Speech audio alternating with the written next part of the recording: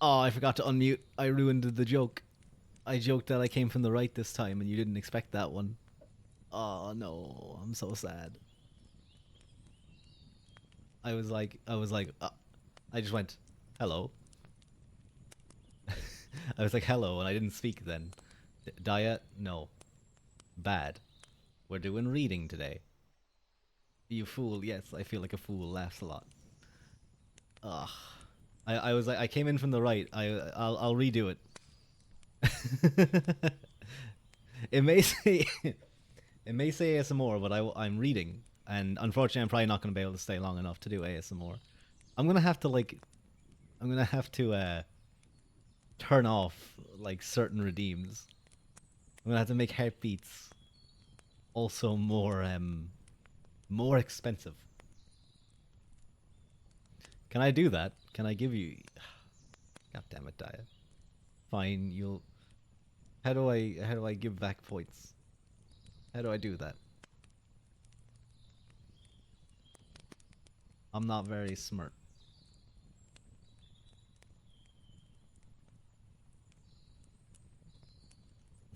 I can report it apparently in creator dashboard.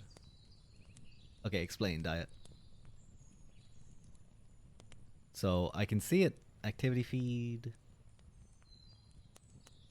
This is probably a good thing to know because there's so many things that I don't.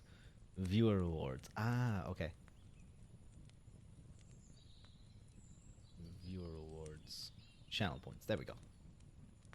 Ah.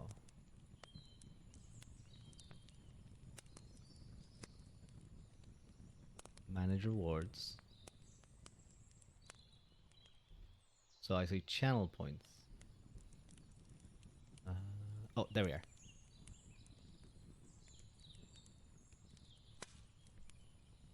Custom review request queue. Ah, I see, I see. Whoa, I can go so far back. Like a. Huh. It shows. Hang on. I'm rejected. Okay, so it's showing 2 months. 2 months ago, 2 months ago, 10 days ago is the latest. Huh. That's weird. Why isn't the rest of it showing up? Excuse me, sorry. I'll I'll request I'll do that one. It goes from oldest to newest. Oh, okay. I rejected one from like 2 months ago. Or like oh. Daya, listen, I'm not very smart.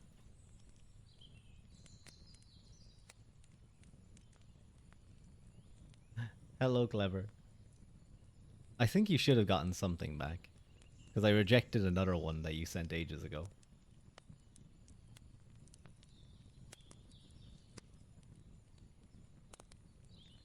I am dumb. I am a little dumb. Oh, wait, hang on. I was looking at the wrong thing. I am very dumb. There you go. I rejected it. I'll make that as complete, though. And that one is complete. Okay. There you go. And hello, Teal, and hello, Clever. How are you guys? And hello, Kwai, as well. Good morning. Apologies, I'm a little bit slow.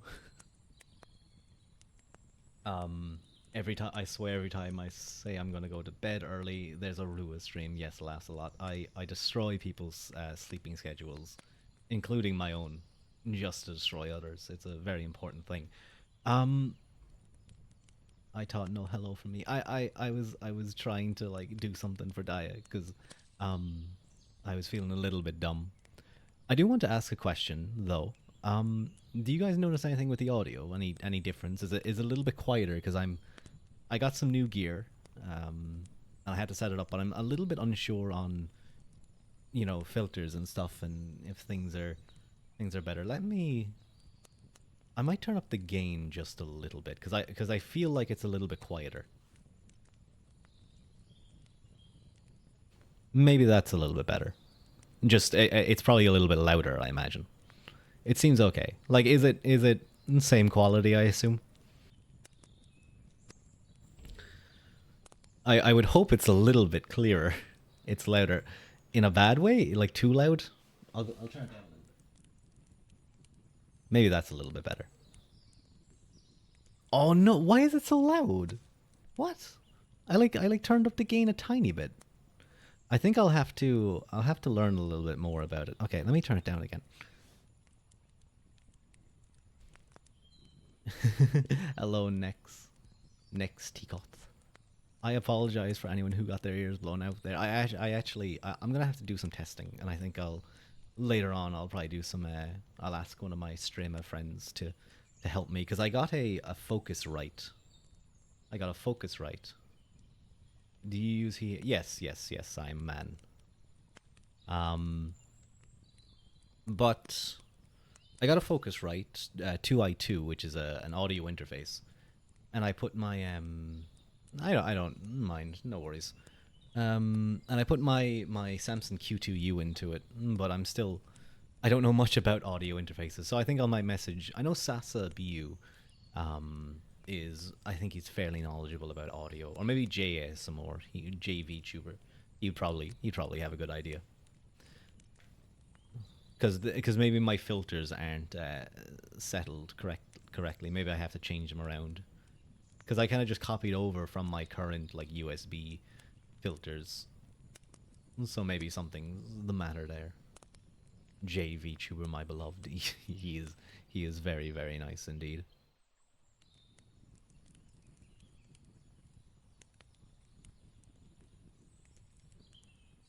Excuse me, if I like stop talking for a little bit, I'm probably coughing.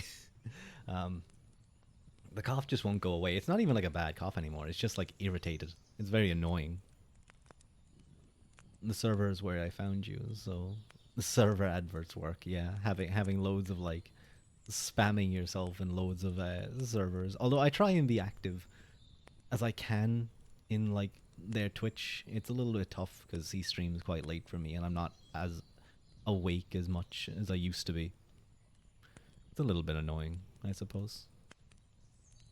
I'd like to catch Jay some more properly.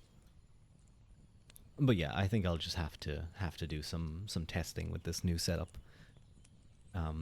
The one good thing is that when I do go to a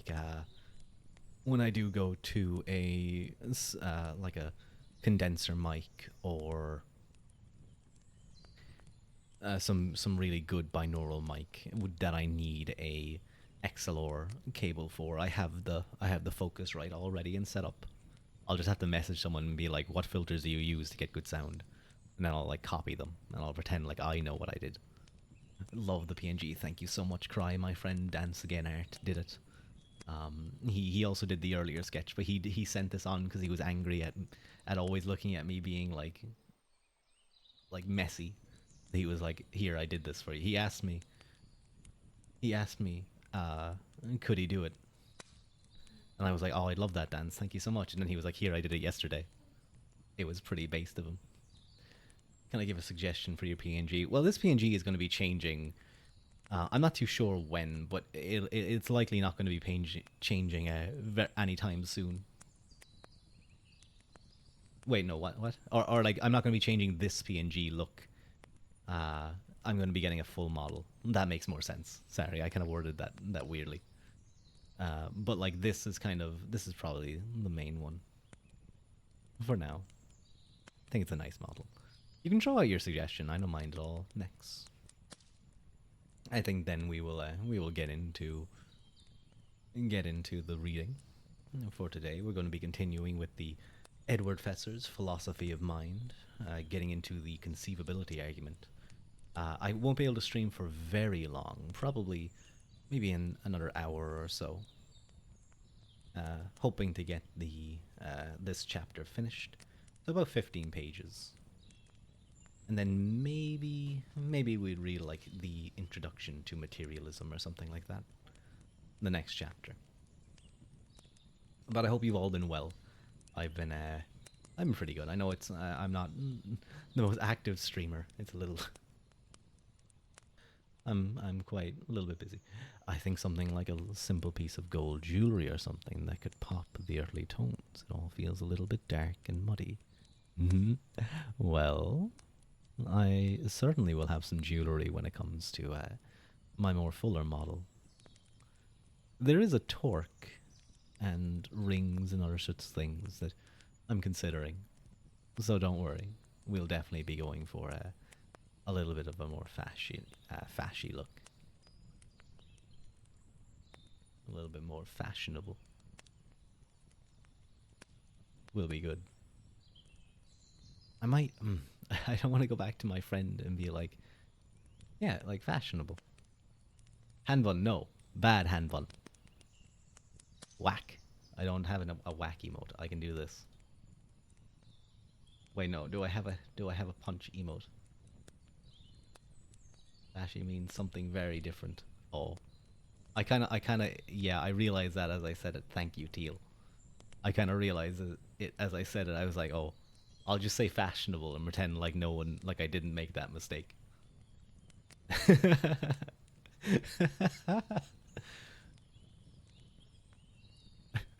Well, let me put it this way: if Hugo Boss wants to design my new model, I won't say no, as long as they don't put any concerning imagery in it. They know how to design nice clothes. I should get onto the fucking reading before I get like banned. Excuse me. Will this cough ever go away?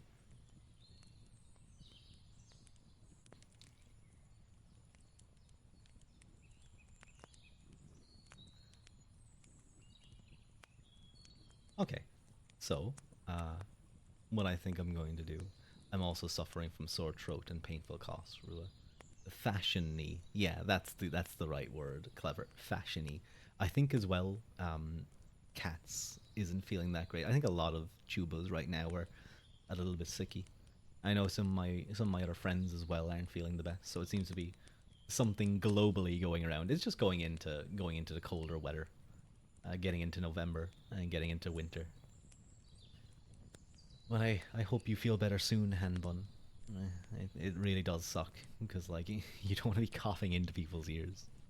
But yeah, solidarity. But I think we'll get started on the reading.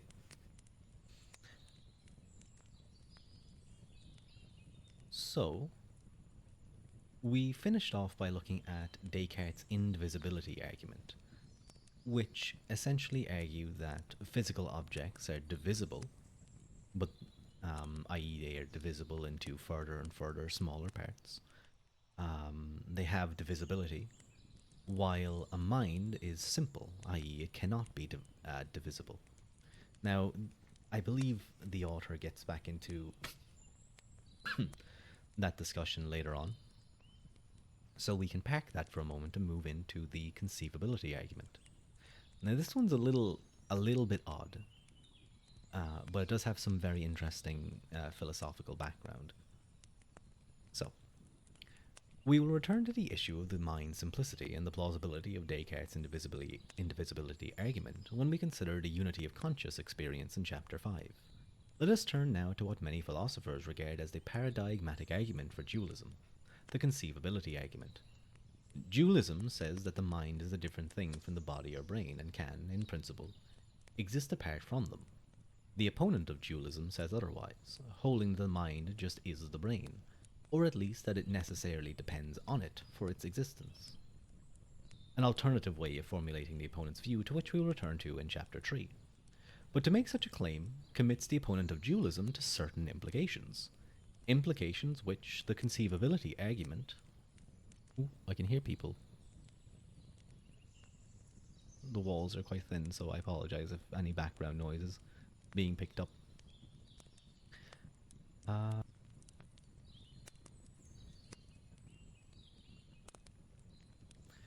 so I did just have a thought about how that's a teensy bit flawed of a thought process divisibility, and it's like the quarks, they're just not divisible. Well, I think I actually don't know much about quarks, but I would imagine that for a long time, various other aspects of material reality, like the smallest units until we found smaller again units, were considered not divisible. That they were the smallest units. So who knows? Maybe as time goes on, we'll find even smaller things. But of course, that'll just push the argument back further. We'll say now, well, these things are not divisible. But this then gets into kind of metaphysics. I'll very briefly just say that for a Thomist or for certain philosophical views, they would view uh, the fact that something actually exists. How would I put it? Um, Mater- it's getting into some. You know what? He gets into this later on, deeper into the book. Ooh, I hear people talk. Ah, I have to be kind of careful a little. Sorry. 2 seconds.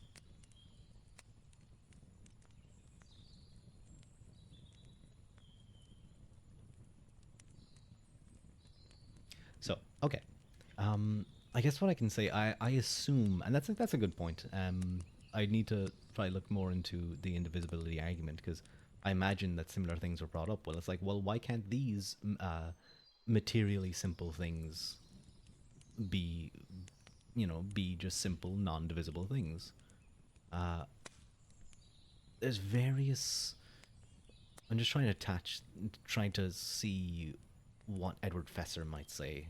I suppose he'd bring up, I imagine, Aquinas, potentiality and actuality, and that a thing's essence and a thing's existence and a thing having a. I guess yes. Yeah, I think that's how it would be approached. So he would essentially say that, well, a material thing requires a form. So there's various causes of, from the Aristotelian point of view, there is the formal cause, the material cause, the efficient cause, and the final cause. The material being simply the thing that a thing is made out of, the form being the sort of what it is or the essence of a thing that gives it the shape, that kind of limits the ultimate potential of material, the efficient cause being the thing that kind of brings that thing into existence. But, for, I suppose he would probably argue something along the lines of, um, and it should be noted that a lot of modern philosophy and kind of science, pushing away metaphysics because it doesn't deal with metaphysics. Physics is, and science is kind of its own branch of knowledge outside of philosophy, dependent upon philosophy, many would argue.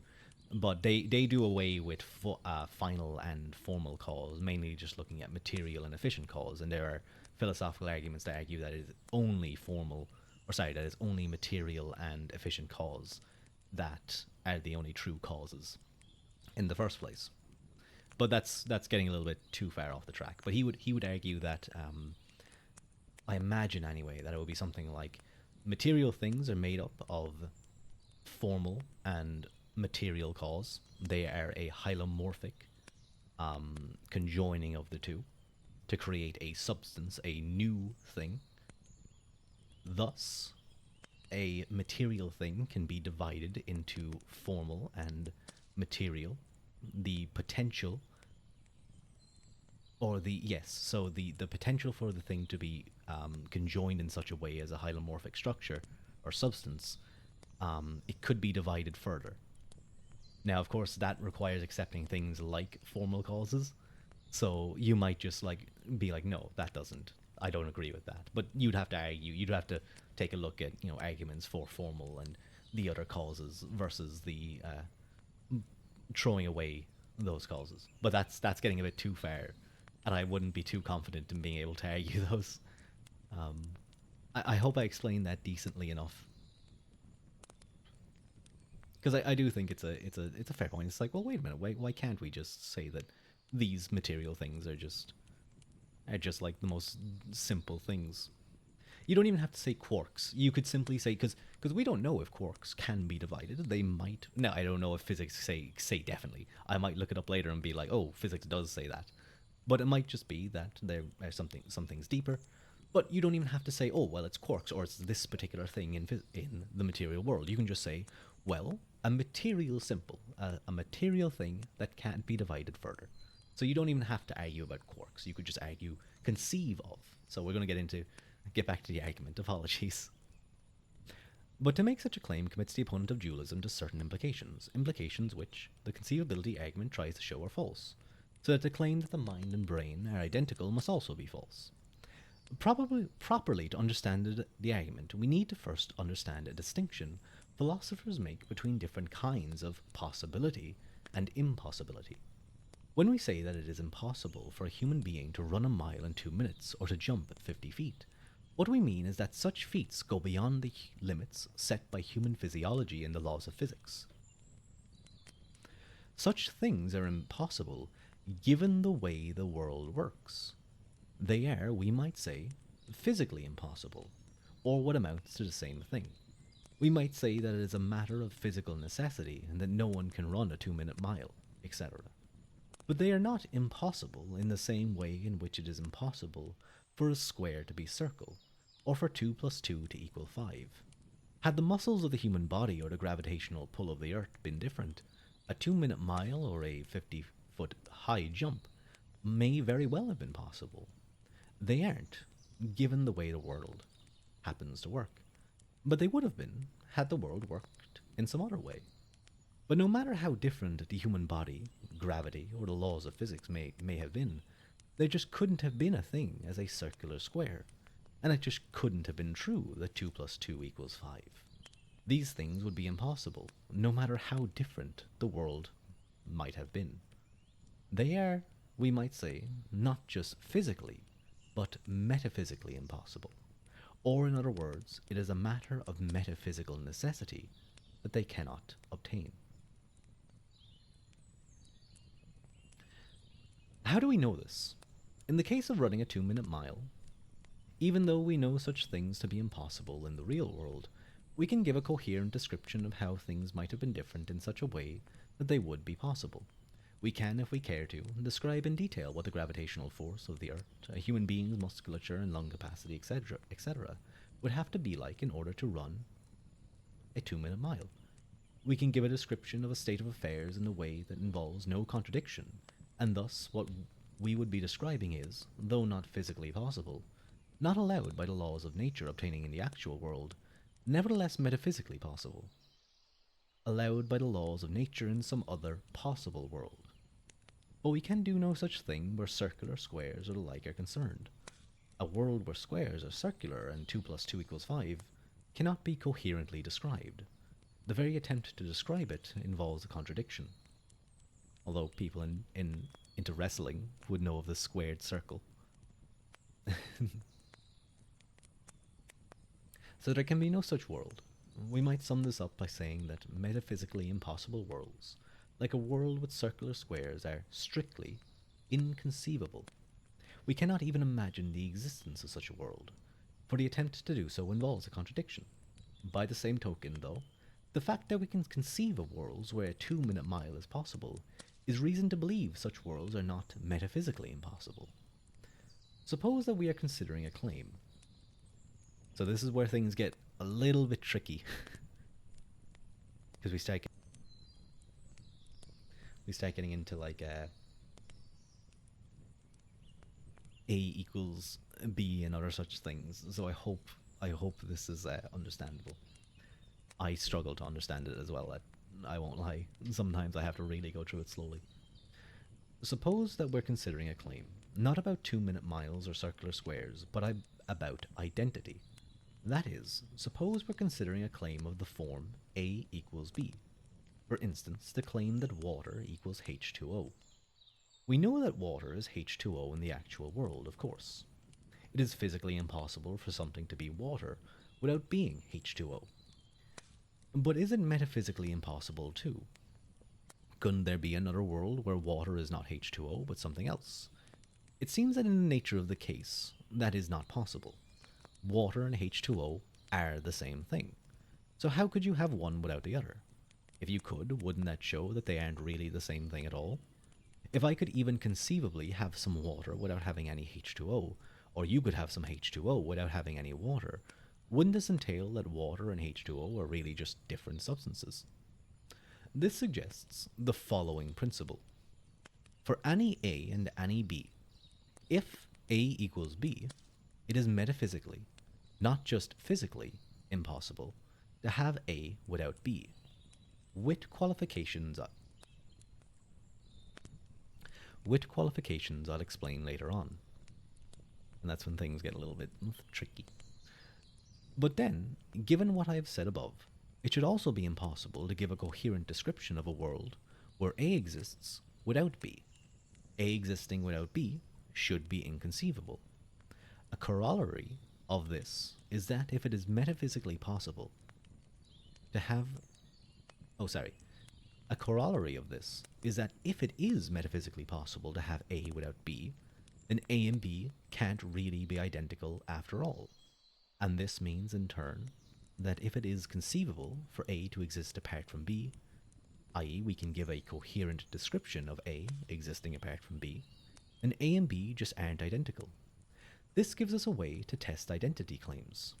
If someone claims that a certain A is identical with a certain B, then we should see whether we can coherently conceive of A existing apart from B. If we cannot, this would not prove that they are identical. Maybe we just haven't thought about the matter carefully enough. But if we can conceive it, this would surely give us reason to believe they are not identical. Consider the claim that the mind is identical to the brain. If this is true, then it should be, not just physically, but metaphysically impossible for the mind to exist apart from the brain. And thus, if what we've said so far is correct, it should be inconceivable for the mind to exist apart from the brain. We should be unable to describe coherently, in manner involving no contradiction, a situation where a mind but no brain exists. Can we conceive of such a situation? We already have in Chapter 1. Descartes argued that it was impossible for him not to exist as long as he was thinking that he did, or thinking anything at all. Nevertheless, it was still at least possible that his body, including his brain, did not exist, because those things might just be a part of a hallucination put into his mind by an evil spirit. That is to say, it is entirely conceivable that one could exist as a disembodied mind, with one's body and brain, and indeed the physical world, the entire physical world, being nothing but a figment of one's imagination. But then it is conceivable, and therefore at least metaphysically possible, for the mind to exist apart from the brain. Therefore, the mind is not identical to the brain. I'm going to set my best friend on fire. I was talking about this stream with him, and I was telling him about your last reading was on Descartes. And this man asks if you talked about his origins or just his philosophy. And I said just his philosophy, and this guy hits me with, "Damn way to put Descartes before the horse."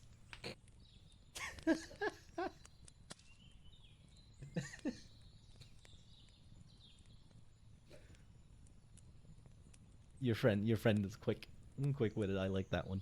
I like that one. I got surprised by it.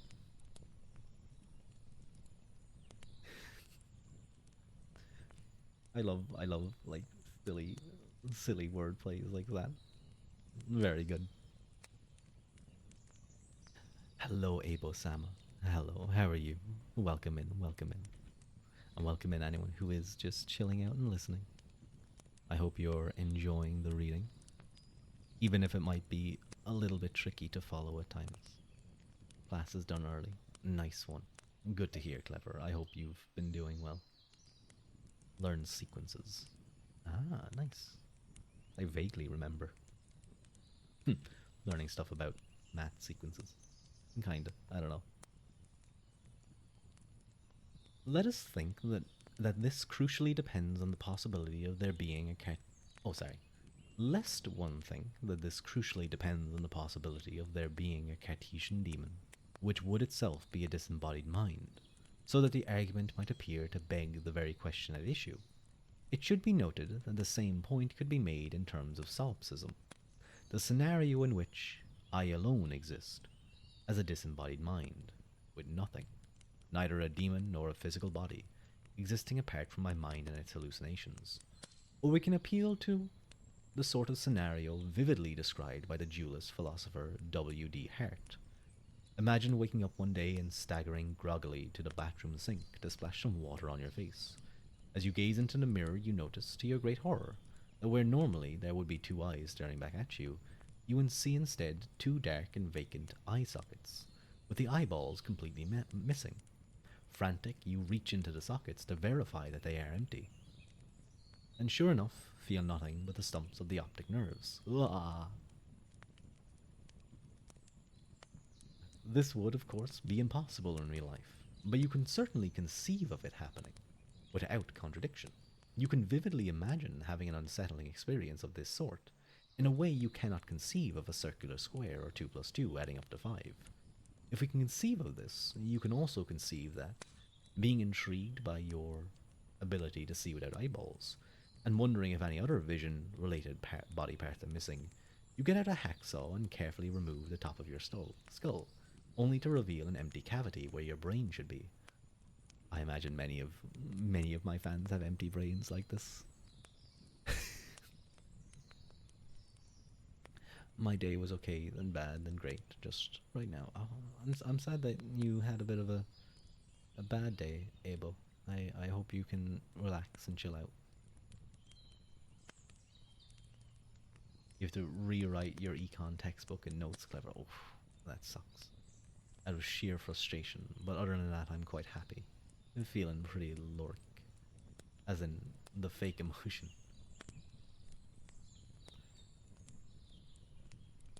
I am able. It was not that bad. I just accidentally punched myself. Well, look, let's put it this way. Tyson Fury, probably one of the best heavyweights or one of the best boxers currently alive today. Uh, although, don't get me started on his fight with Nagano. Once accidentally punched himself in the middle of a fight. He uppercutted himself, and it was very funny. So don't feel too bad, Abo. It happens. It happens. Oh, sorry. I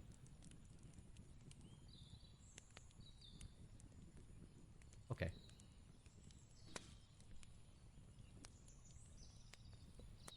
This cough. Now you're now you've conceived, in a nauseatingly vivid fashion, of seeing without either eyeballs or a brain.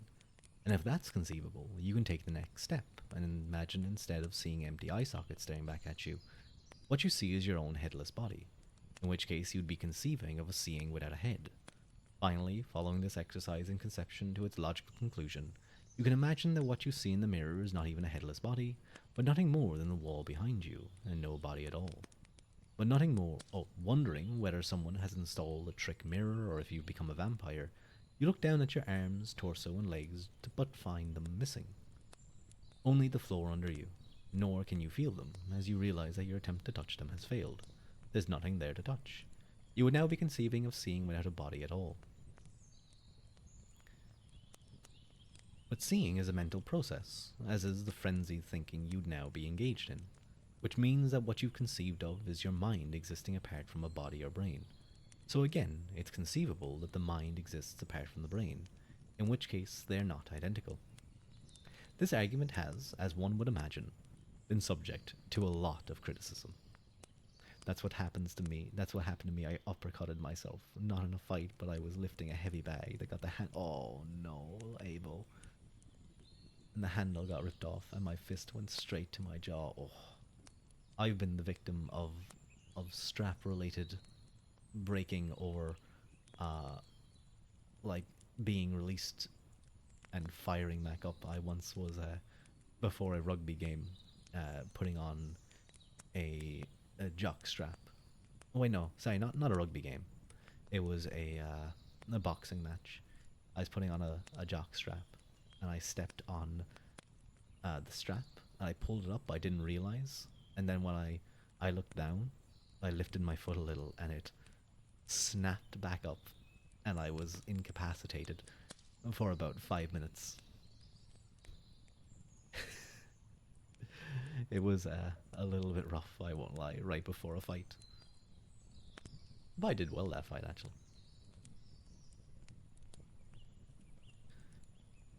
However, some seemingly obvious criticisms simply miss the point of the argument.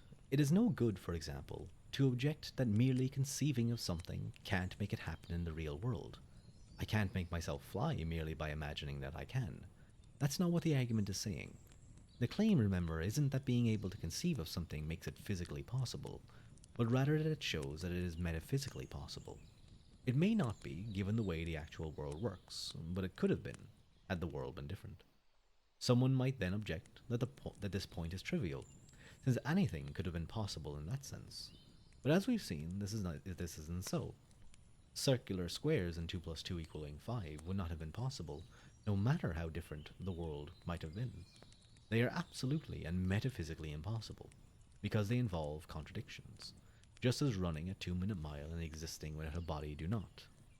It might then be insisted that the claim is still trivial. For what needs to be shown is that the mind could exist without the body in the actual world, not merely in some conceivable one, but this too misses the point. For as with water and H2O, minds and brains, if identical at all, must be identical in every possible, and thus every conceivable world. If it is even conceivable that a mind could exist without a brain, then mind and brain can't be the same thing. How could they be, if one could conceivably exist apart from the other? The point is related to the apples and oranges argument. You could have apples without oranges, so obviously apples and oranges aren't the same thing. You could also have minds without brains, so obviously they aren't the same thing either. This holds true even if, in the actual world, minds typically are associated with brains, something no dualist denies. Where there's smoke, there's fire. But obviously smoke and fire aren't the same thing. Creatures with hearts are always creatures with kidneys.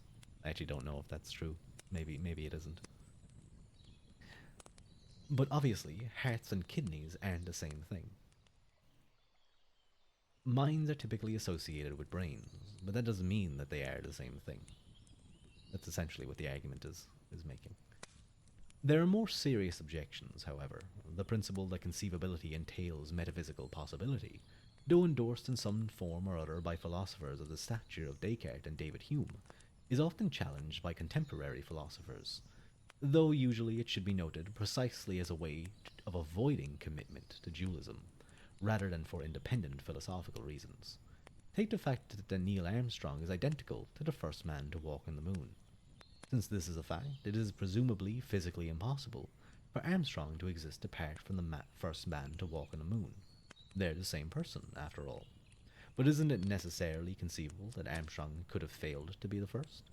Can't we just imagine a case where the Soviets beat the Americans to the moon and Yuri Gagarin got to leave his boot prints there instead?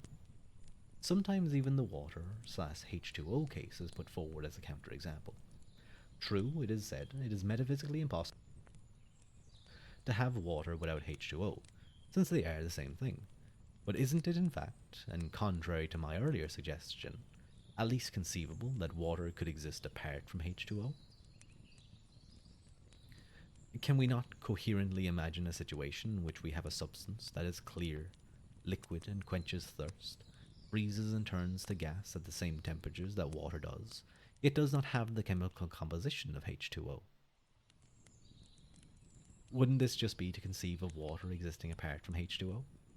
But if it's conceivable that water could exist apart from H2O or some other, or that someone other than Armstrong could have been the first to walk on the moon, even though it is metaphysically impossible for water to exist apart from H2O, or for Armstrong to exist apart from the first moonwalker, then the principle that conceivability entails metaphysical possibility must be false. It follows that the fact that we can conceive of the mind existing apart from the body does not show that this is metaphysically impossible. But what about H2O2? Daya, please don't go adding an extra oxygen to your water, please. That's not good. I don't want you drinking H2O2. It's a little bit dangerous, okay? Don't do that.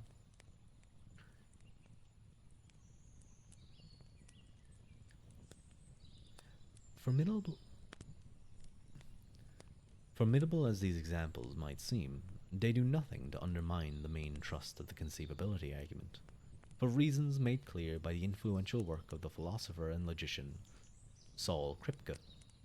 As Kripke has argued, strictly speaking, it is identity statements involving what he calls rigid designators that are, if true at all, true of metaphysical necessity. That is, whose falsehood is metaphysically impossible.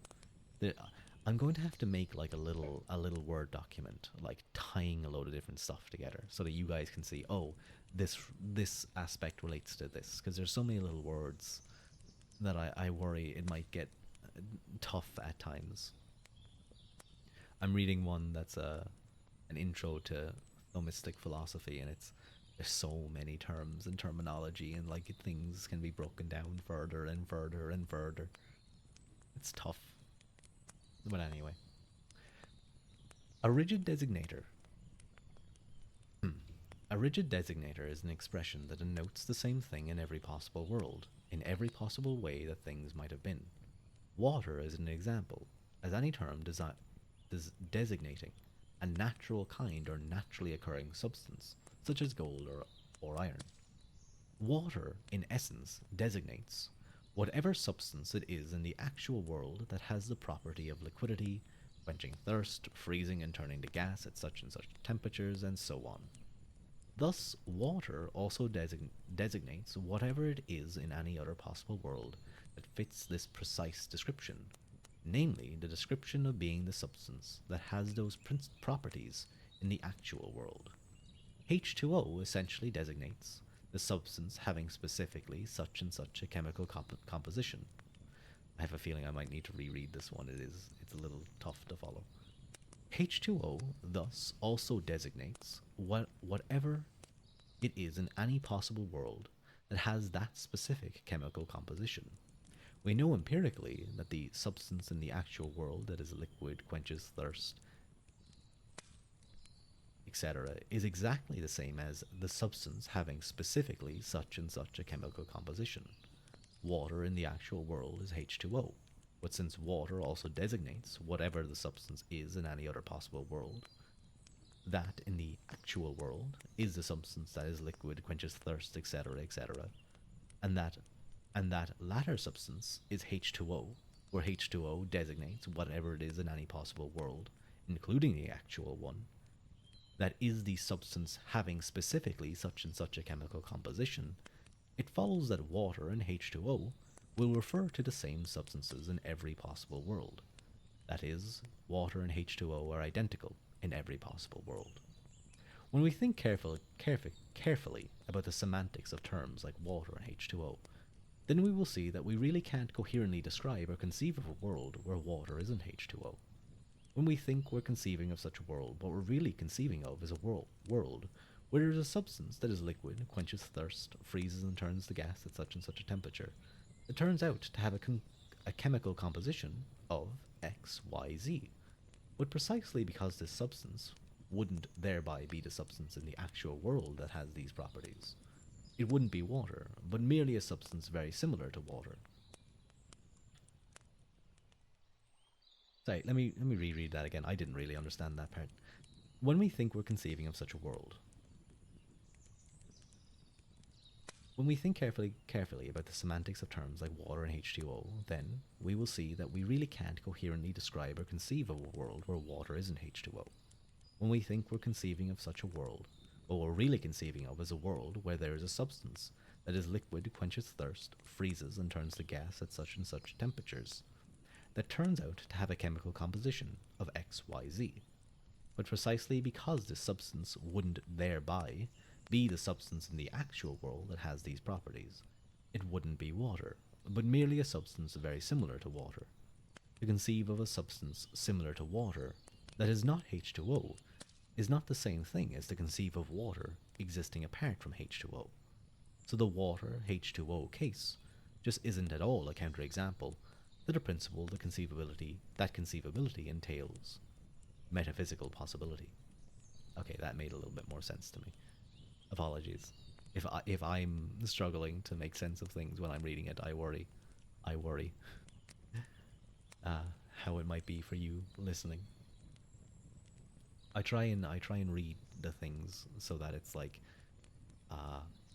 it's almost like broken down in bullet points, kinda, where it's like premise, uh, what would it be? Like argument, premise, thus this, thus that, thus this, conclusion, sort of, if that makes sense. What about the Neil Armstrong example? We we can indeed coherently conceive of a situation where Armstrong is not identical to the first man to walk on the moon, but this would nevertheless not, on Kripke's analysis, be a counterexample to the principle that conceivability entails metaphysical possibility, for it is not metaphysically impossible for Armstrong to fail to be the first to walk on the moon, even though the identity statement, Armstrong is identical to the first man to walk on the moon, is true. The reason is that at least one of the descriptions in this statement is not a rigid designator, and namely the expression, the first man to walk on the moon. The expression does not mean the specific person who, in the actual world, first walked on the moon, but rather merely means something like whichever person turns out to be the first to walk on the moon. And of course, it is metaphysically possible that someone other than Armstrong could turn out to be that person. So we shouldn't be surprised that it is also conceivable, as long as we note carefully along Kripkean lines that it is only identity statements involving rigid designators, which, if they are true at all, cannot possibly be false. We will see that there are no genuine counterexamples to the principle that conceivability implies metaphysical possibility. That principle seems highly plausible in any case. Indeed, it is hard to see how even its critics could themselves regard anything as metaphysically possible in the first place, without being implicitly committed to the principle. For why does anyone accept that it is at least metaphysically possible to run a 2-minute mile or high jump 50 feet, if it is not on the basis of the fact that one can clearly conceive of this happening, or give a coherent description of it? That is not to say that anything anyone says he or she can conceive is thereby truly conceivable, and therefore metaphysically possible. As we've seen, sometimes what someone thinks is conceivable turns out on reflection not to be conceivable after all. This might result not only from a failure to take note of the role of rigid designators in identity statements, but also from the commission of such fallacies as confusing a word for the object named by the word, or from a failure to pay careful attention to the precise meanings of a word. For example, someone might claim that he or she can conceive of a circular square, when in fact all the person is really conceiving of is a circle he or she is calling a square, or a shape that isn't truly a shape at all, or square at all, that isn't truly a square at all, but has 3 sides and 1 round one. But even we've been careful to avoid But when we've been careful to avoid such fallacies and find that we still seem capable of conceiving of a certain state of affairs, we surely have strong reason to believe that the state of affairs is metaphysically possible. So that's the end of the topic on the conceivability argument. And now we're going to get into essentially a critique of dualism, specifically referred to as the interaction problem. And this is kind of something that ranges right across various immaterial considerations in philosophy, going all the way back to Plato with his forms and some of the others, essentially arguing, well, how could these immaterial things interact with the material world in the first place to be caused by them or to have any sort of causal effect in our world? But I hope the discussion on the conceivability argument was interesting. I'm going to take a small sip of water.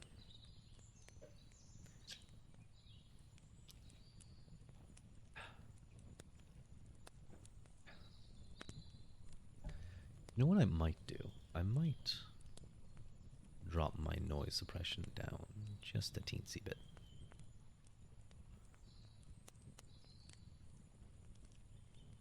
Okay. I don't know if that helped at all. I'm trying to figure out. I'll figure out this new audio interface. And if it turns out that maybe the Samsung Q2U isn't necessarily needed to be in a audio interface, I can always swap back to the USB. But I'll ask for some help. Oh, what time is it? Okay. How many pages? 1, 2, 3, 4. 5, 6, 7, 8, 9. Okay.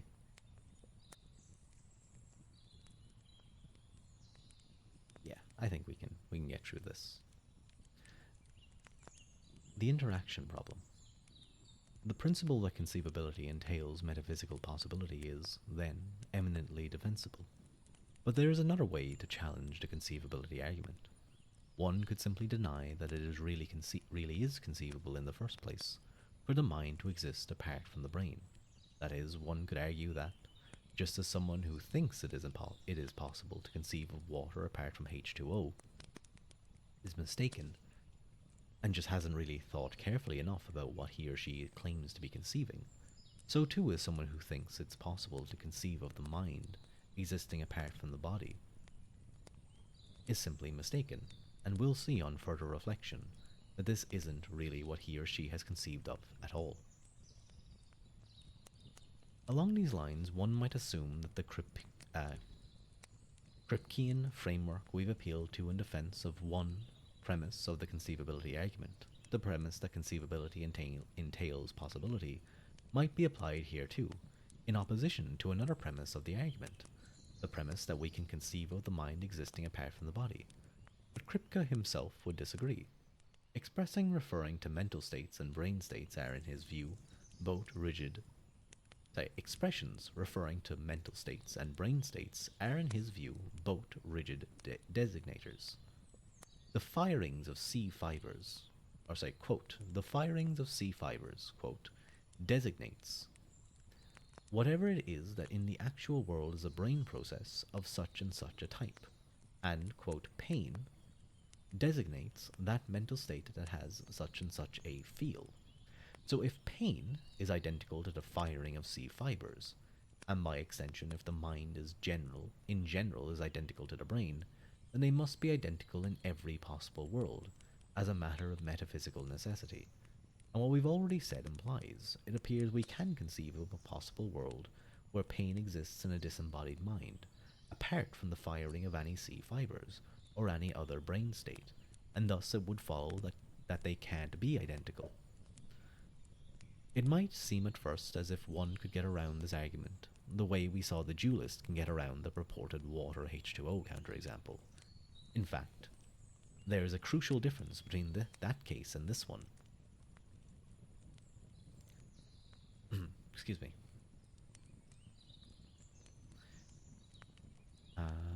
In the water H2O case, we saw that something could be liquid, thirst-quenching, liable to freeze and turn to gas. That is, it could have many of the properties that water does, without being water. So to conceive of such a substance apart from H2O is not to conceive of water apart from H2O, but to conceive of something similar to water. But nothing could have the feel that pain does without being pain.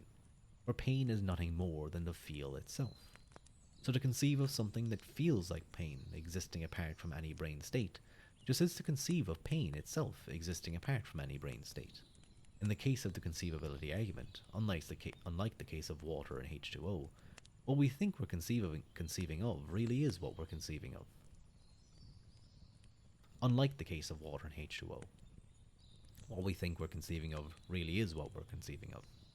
Thus, there seems to be no way for the critic of dualism to appeal to Kripkean semantics to respond to the conceivability argument.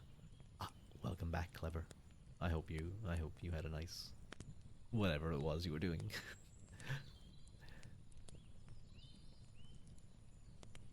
So this is essentially arguing, that the firings of certain neurons in the brain, and that, we might say cause a sensation of pain, or might feed into, you could say that it causes that they just are the sensation of pain, the qualitative sensation of pain, what it feels like to you. But then you get into qualia versus material, and you come back to the same position, essentially the same argument. There's another way for the opponent of dualism to press this sort of objection. In the previous chapter, we've examined the view that the mind is, in perception, only indirectly aware of the external physical world, with the indirect awareness mediated by a causal connection between the mind and the thing it perceives. Well, let's consider this causal element in perception more carefully. It seems clearly to be a necessary part of your perception of the book you're now reading, or the stream you're now listening to, that you have some causal connection to it, that the book itself is what is really causing you to experience it, or that I myself am causing you guys to experience hearing me. Obviously, if there were in fact no book there, if you were merely hallucinating because someone had slipped drugs into your coffee, meds, meds away, bin your meds, don't take your drugs. Obviously, then you wouldn't really be seeing it at all, but only seeming to see it. But even if there were a book there, that wouldn't by itself be enough. For suppose you were right now having such a hallucination. Your brain malfunctioning and your mind totally cut off from the outside world. And suppose also that, just by chance, someone has put a copy of this book down on the table in front of you. Would you really be seeing the book? Surely not. Because even though you're having experience of seeing a book, and there really is a book there, the book itself is not what's causing the experience. The drugs are causing it. So truly to see the book, not only do you have to have the experience of seeing it, and not only does the book have to be there, but the book must be what's causing the experience. With this in mind, says the critic of the conceivability argument, examples like the seeing without a body scenario take on a new complexion. For if we're really to conceive that we are seeing without a body, it follows that we must also conceive that there is a causal connection between our mind and the things that we are seeing. But it is hard to see how we can conceive of this. In normal cases of perception, we know that what occurs is something like this. Light bounced off an object. Light bounced off an object is reflected off the mirror and travels in the form of photons to your eyeballs, where the retina, being stimulated, a series of complicated neural signals is initiated, which results in the experience of seeing the object. But what happens in the seeing without a body example? Light bounced around off the object is reflected off the mirror and travels in the form of photons to where exactly? There are no eyeballs there for it to enter. Indeed, no body at all for it to travel to. So where does it go? It is no good to say that it goes to the mind. For, on Descartes' view, remember, the mind is outside space and has no physical properties whatsoever. No shape, no mass, length, width, or height at all. So how can the light, which is physical, possibly get in contact with it? It seems just impossible that it could. But if it can't get in contact with it, then there can be no causal connection between a non-physical mind and the physical objects around outside it, which entails that the mind couldn't truly see or perceive such objects without a body. But then it turns out that we really can't conceive of seeing without a body after all. If it seems that we can, that's only because we haven't thought carefully enough about what's involved in seeing something. Strictly speaking, this object doesn't quite undermine the conceivability argument, but our argument requires not that we can conceive of seeing without a body, specifically, but only that we can conceive of the mind existing apart from the body, in some fashion or other. Even if we accept the criticism that the causal conditions necessary for true seeing to occur entail that one cannot conceive of seeing without a body, we can nevertheless insist that it is still possible of being a disembodied mind which seems to see. That it is possible to conceive, as in Descartes' evil spirit scenario, or in solipsism, of being a disembodied mind which has a stream of hallucinatory visual experiences. Obviously, those experiences wouldn't truly count literally as literal seeing per se, for there would be no causal contact with the external physical world. But even hallucinatory experiences are still experiences, and to imagine having them while disembodied is still to imagine the mind existing apart from the body. So the gist of the conceivability argument still stands. The dualist could accept that the mind cannot literally see, or in general perceive of the world of physical objects, unless it is joined to a body. Cut off from a body, it becomes, as it were, trapped within itself. But that just means the mind needs the body in order to do anything other than merely hallucinate. It doesn't mean it is identical to the body or any part of it.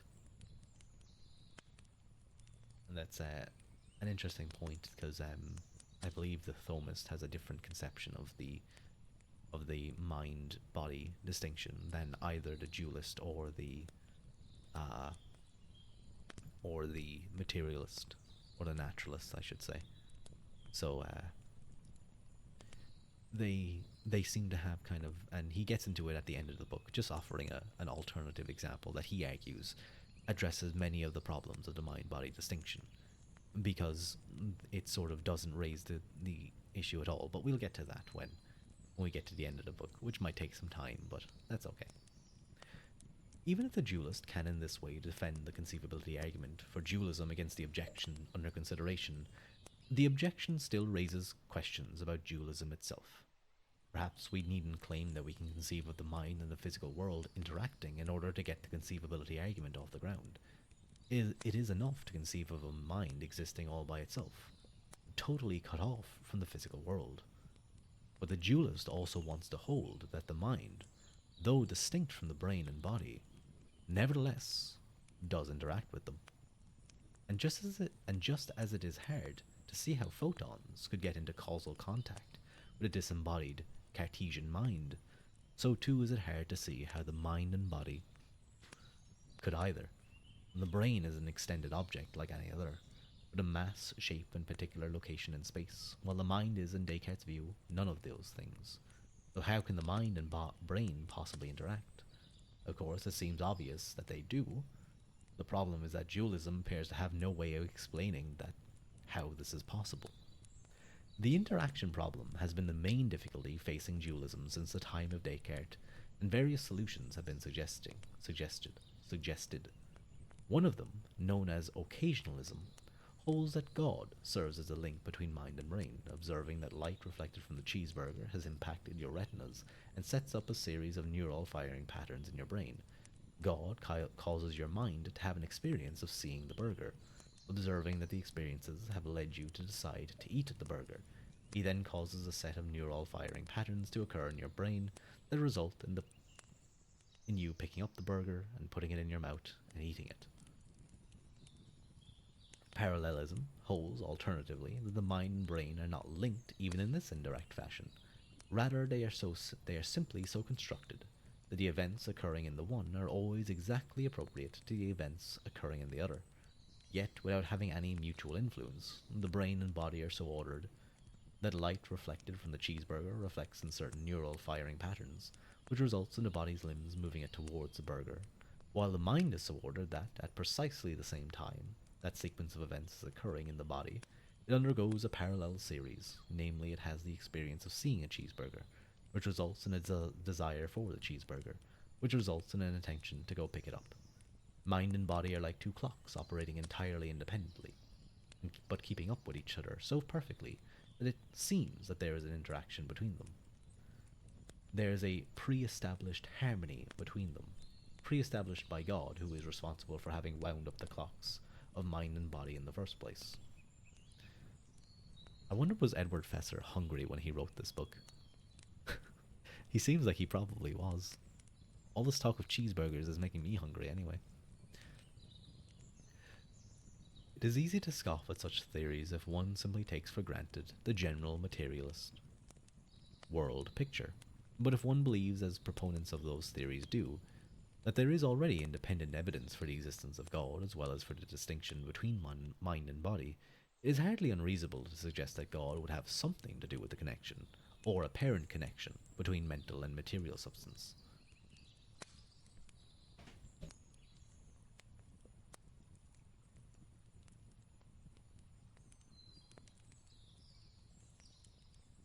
Excuse me. I am back. Someone just knocked on my door. So I just had to ask. I just had to talk to them a little bit. Where was I?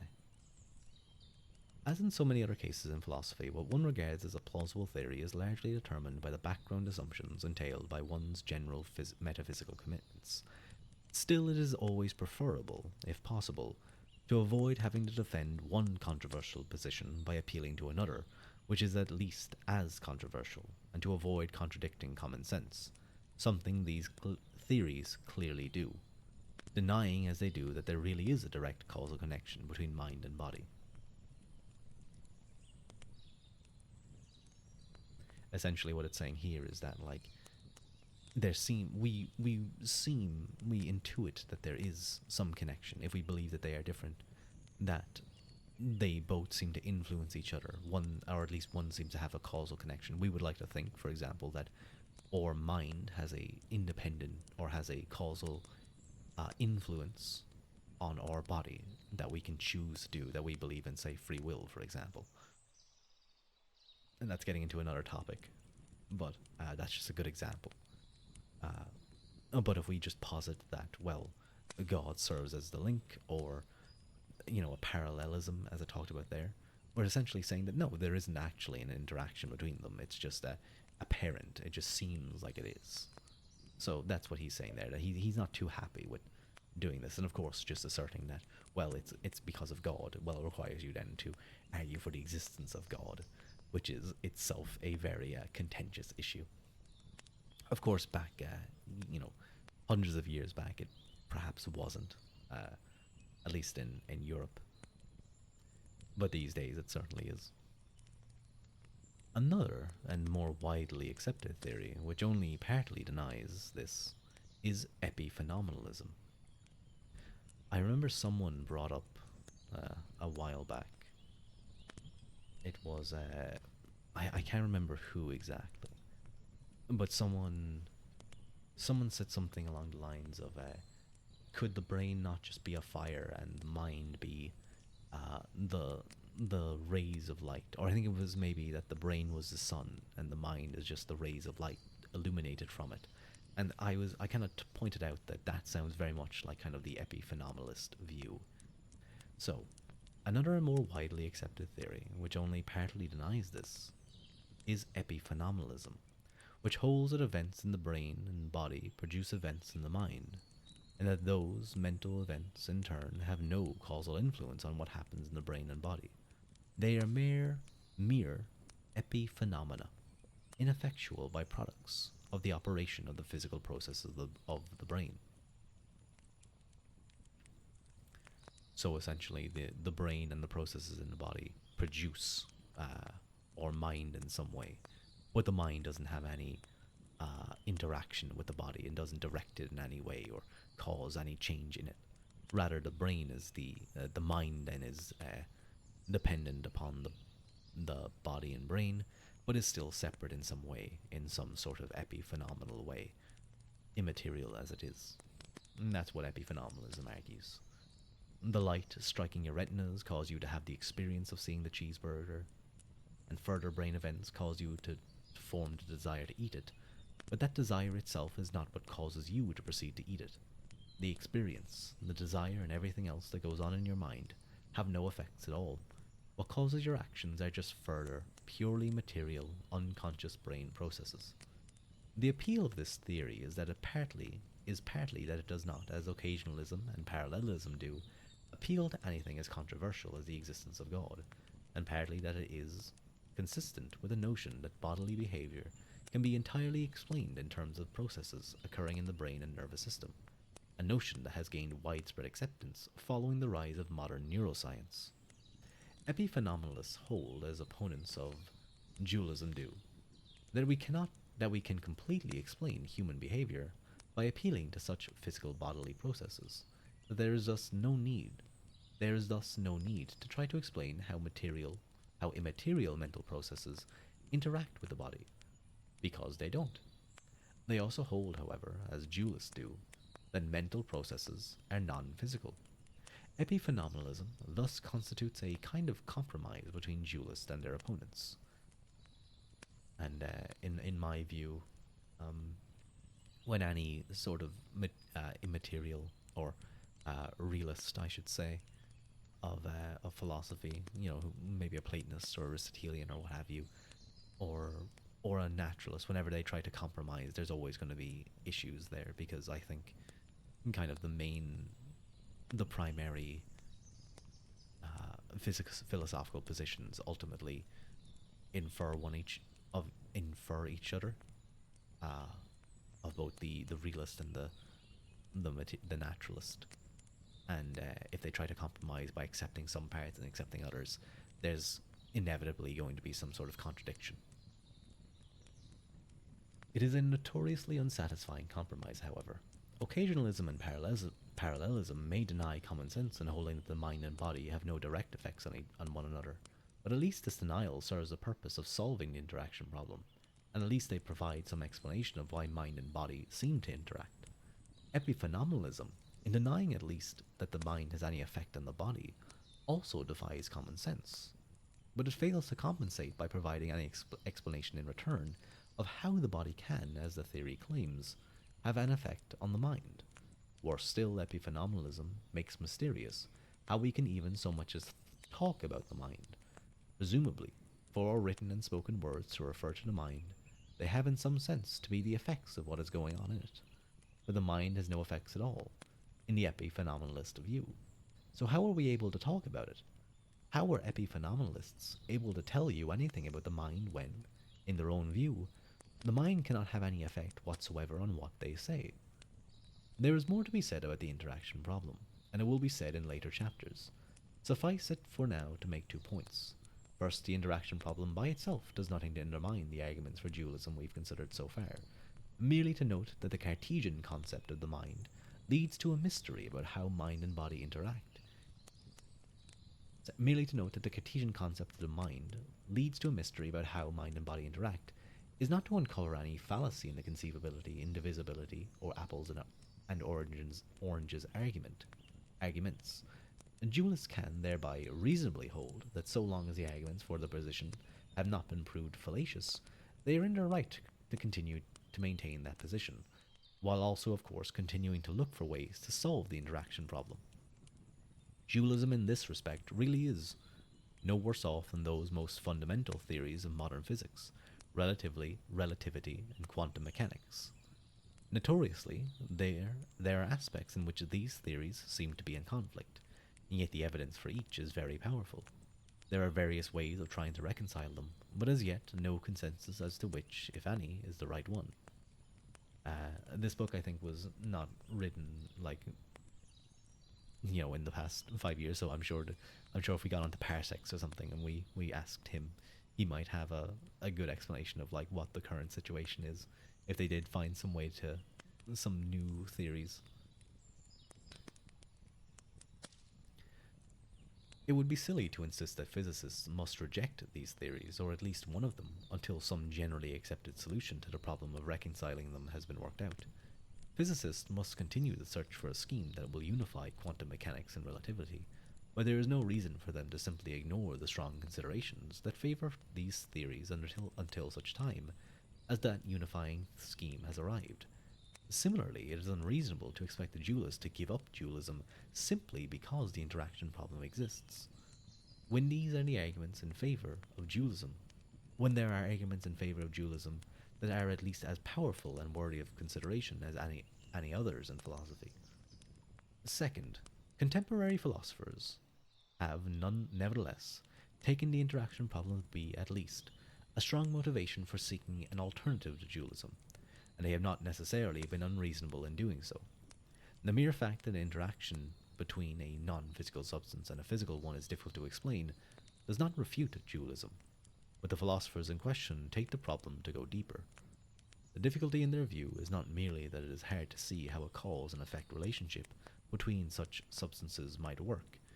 It is that modern science seems to present us with a picture of the nexus of causes and effects in the physical world that leaves nothing for a non-physical substance to do. We are in the position of failing to understand how such a substance can play the role it plays. We are not in the position of failing to understand how such a substance can play the role it plays. We are rather in the position of failing to understand how it could have a role to play in the first place. For the law of the conservation of energy entails that the amount of energy in the physical universe is constant. A Cartesian immaterial substance, being outside space, is outside the universe. For it to affect the physical world, and in particular the brain, it would have to introduce energy into the physical universe. And for the brain in turn to affect an immaterial substance, it would seemingly have to transfer energy out of the physical universe. Either way, the amount of the energy in the physical universe would fail to be constant. The very idea of causal interactions between Cartesian immaterial and immaterial substances seems to violate the laws of physics. Most contemporary philosophers have accordingly sought to develop a materialist conception of the mind, in which it is, contrary to appearances, just another part of the physical world. More modest versions aim to show that such an alternative account will be at least as plausible as dualism, and equally capable of explaining the various aspects of our mental lives. The idea would then be that, though both dualism and materialism have strong arguments in their favour, materialism, being allegedly more in harmony with modern physics, ought to be preferred.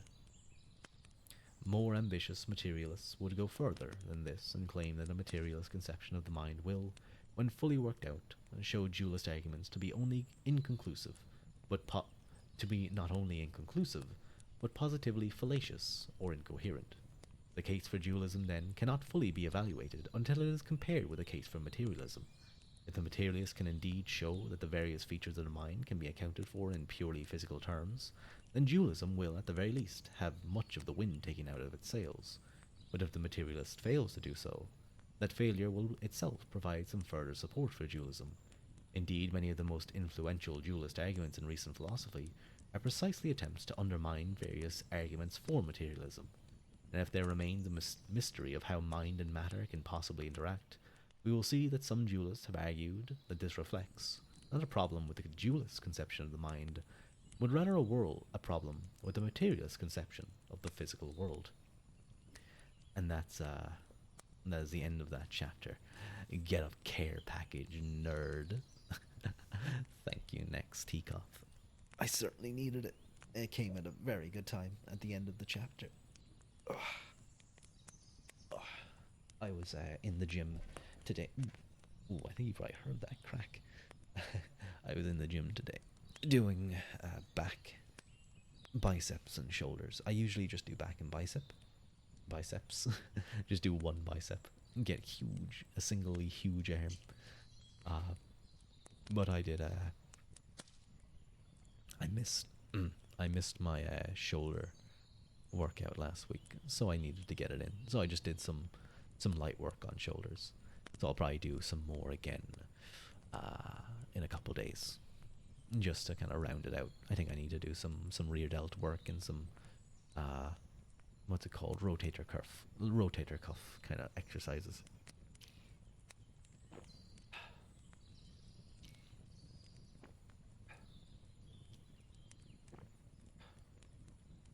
Thank you very much for the stretch and hydrate redeems.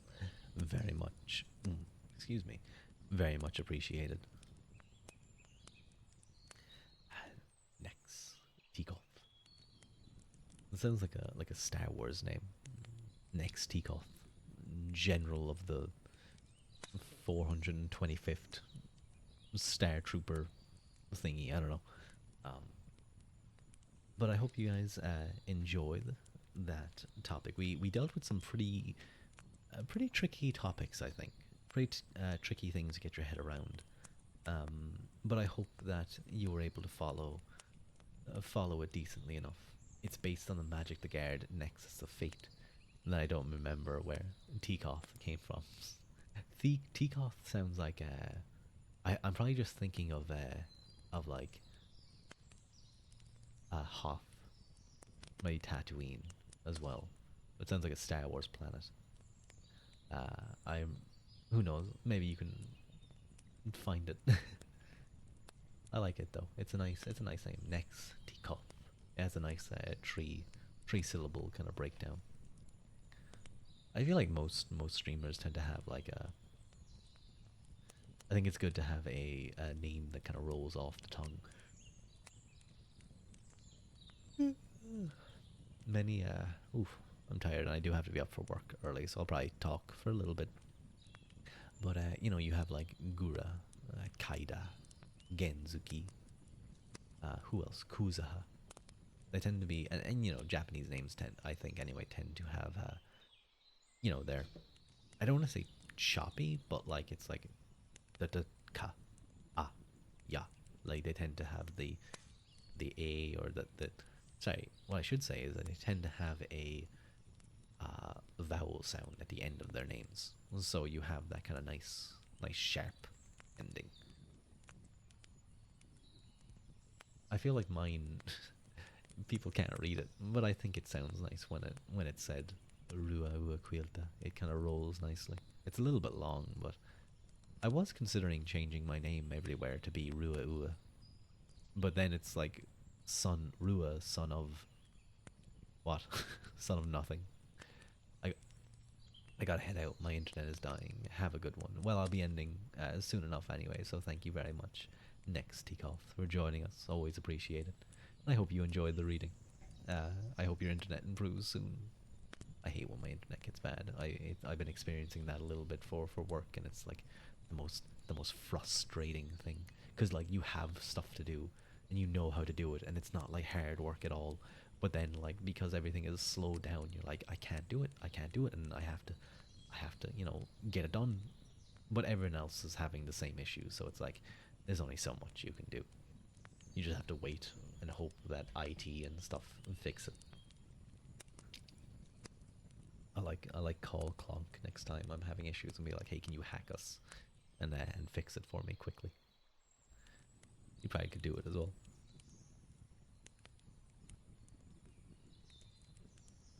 Let me see if there's anyone to just raid into. I'm gonna have to remember to change my audio or my stream titles next time because I'm a little bit dumb. But I think when I have some free time, I'll be messaging some of my VTuber friends and be like, hey, can you guys give me advice on audio interfaces? Because there's so many like little buttons on it. But yeah, I think I'll go to Sasa because he actually suggested buying the Focusrite specifically as a good audio interface. And I think one of the things about the audio interfaces as well is they're made for singing. They're made for instruments and vocal recordings. So maybe it might be such a thing that I simply just shouldn't use it for ASMR or reading or just general things with the Samsung Q2 at least, Q2U at least. But maybe if I'm doing a karaoke stream, then I do it. And I'm considering doing one soon as like a celebration for 100 followers. But I realize I'd have to go and find stuff and be creative and put on a bit of a show and be entertaining, and that's scary. That's scary, trying to be entertaining. Doing something outside of my usual thing, reading, maybe playing a game, just talking, or doing ASMR. That's my things. I have to now do something else. Oh no, bros, it's not gonna go well. But no, I think it'll be fine. But yeah, I think we will. Hmm. I do do do do do do do do do do do do do. Why did that song just pop in? I'm freaking gonna get banned. I think we should raid into.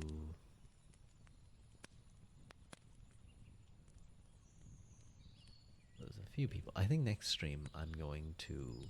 How long is the next chapter of the book actually? The next chapter is. Ooh, it's. Oh no. Let me see. So 50, 60, 70, 80. With 35 pages. That's probably another two streams.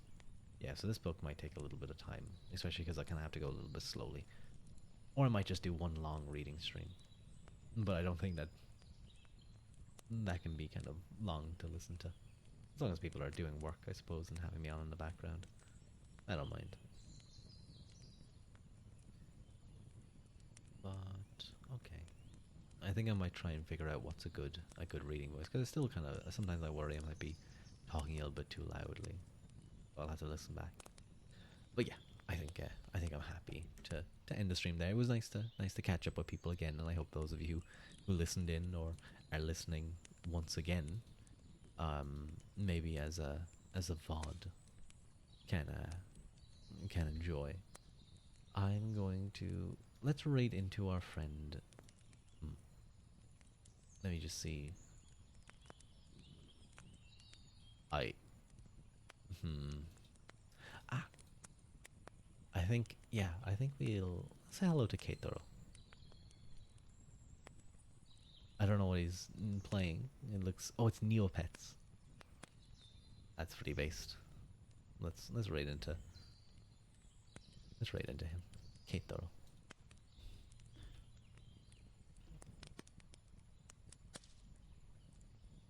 So yeah, we raid into him. Thank you all for joining.